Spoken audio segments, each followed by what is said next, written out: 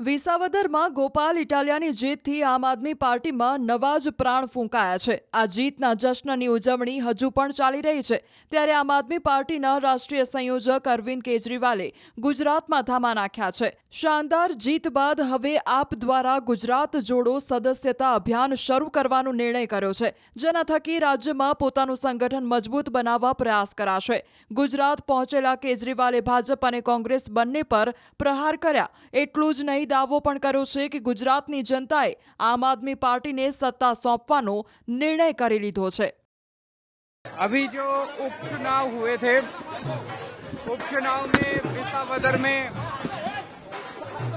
जिस प्रचंड बहुमत से आम आदमी पार्टी की जीत हुई है और जो बुरी तरह से विसावदर के लोगों ने बीजेपी को हराया, वो एक तरह से पूरे गुजरात का मूड दिखाता है कि गुजरात के लोग बीजेपी से बहुत बुरी तरह से दुखी हो चुके हैं, गुस्से में हैं, परेशान हो चुके हैं और गुजरात के लोग बदलाव चाहते हैं। विसावदर का चुनाव केवल एक विधानसभा का चुनाव नहीं था, वो एक तरह से पूरे गुजरात का आने वाले समय में मूड बताता है।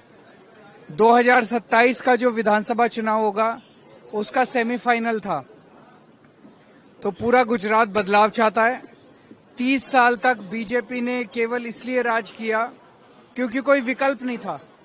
कांग्रेस बीजेपी की गोद में बैठी हुई थी, कांग्रेस बीजेपी की जेब में थी। कांग्रेस पूरी तरह से केवल और केवल बीजेपी को जिताने का काम करती है, इसीलिए बीजेपी 30 साल से राज कर रही थी। अब लोगों को विकल्प मिला है, अच्छा विकल्प मिला है, ईमानदार विकल्प मिला है, देशभक्त विकल्प मिला है। अब लोगों ने मन बनाया है कि आम आदमी पार्टी को आगे सत्ता में लेके आना। 3 જુલાઈ સુધી કેજરીવાલ ગુજરાત આપની વિવિધ બેઠકોમાં હાજરી આપશે અને કાર્યકરોનું મનોબળ વધારવા પ્રયાસ કરશે। આ ઉપરાંત પાર્ટીને ગુજરાતમાં કઈ રીતે મજબૂત બનાવી શકાય એ માટે પાર્ટીના ટોચના નેતાઓ સાથે મળીને મંથન કરશે। ઇટાલિયાની જીતથી આમ આદમી પાર્ટીના કાર્યકરોમાં જોરદાર ઉર્જાનો સંચાર થયો છે, ત્યારે ગરમ લોઢા પર હથોડા મારવા માટે તાબડતોબ કેજરીવાલ ગુજરાત આવી પહોંચ્યા છે। આમ પણ દિલ્હી ગુમાવ્યા બાદ તેમની પાસે હવે પંજાબ એક જ રાજ્યમાં સત્તા બચી છે, એવામાં અસ્તિત્વ ટકાવી રાખવા માટે મરણિયા પ્રયાસ પણ કરવામાં આવી રહ્યા છે।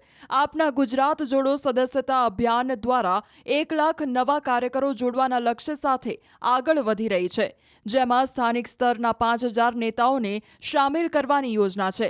ભાજપ, કોંગ્રેસ સહિત અન્ય પાર્ટીના નારાજ અને ઉપેક્ષિત ચહેરાઓને આપમાં સમાવવા પર જોર આપવામાં આવી શકે છે।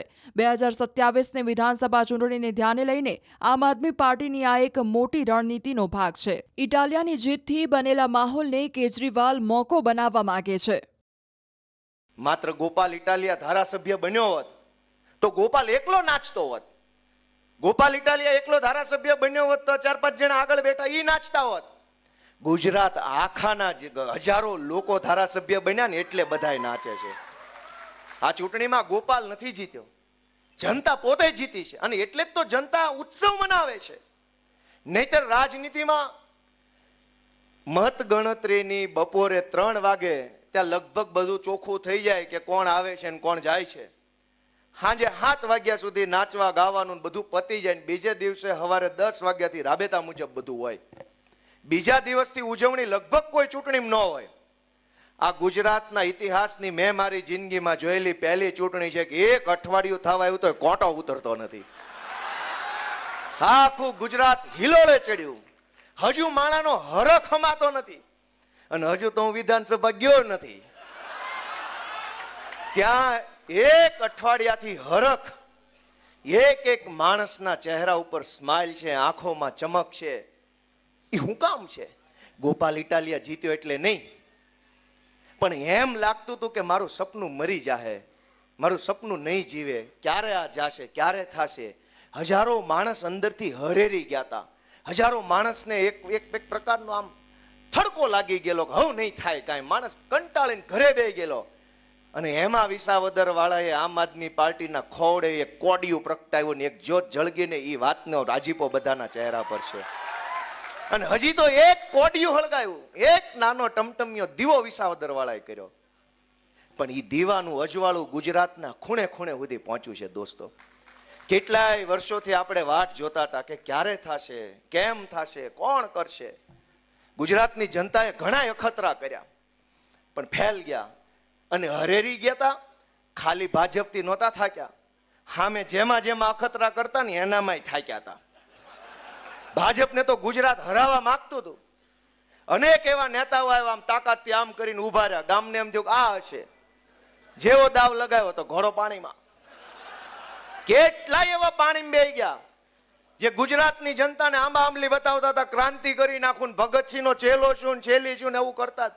કયા ગોડાઉનમાં ભાજપે પૂર્યા કોઈને ખબર નથી. લોકો ભાજપથી તો થાક્યા હતા, આવા ગદ્દારોથી પણ થાકી ગયા હતા. બે બાજુનો થાક હતો અને આ થાક ઉતર્યો ને એની ખુશી આખા ગુજરાતમાં છે કે હવે થાક ઉતર્યો છે.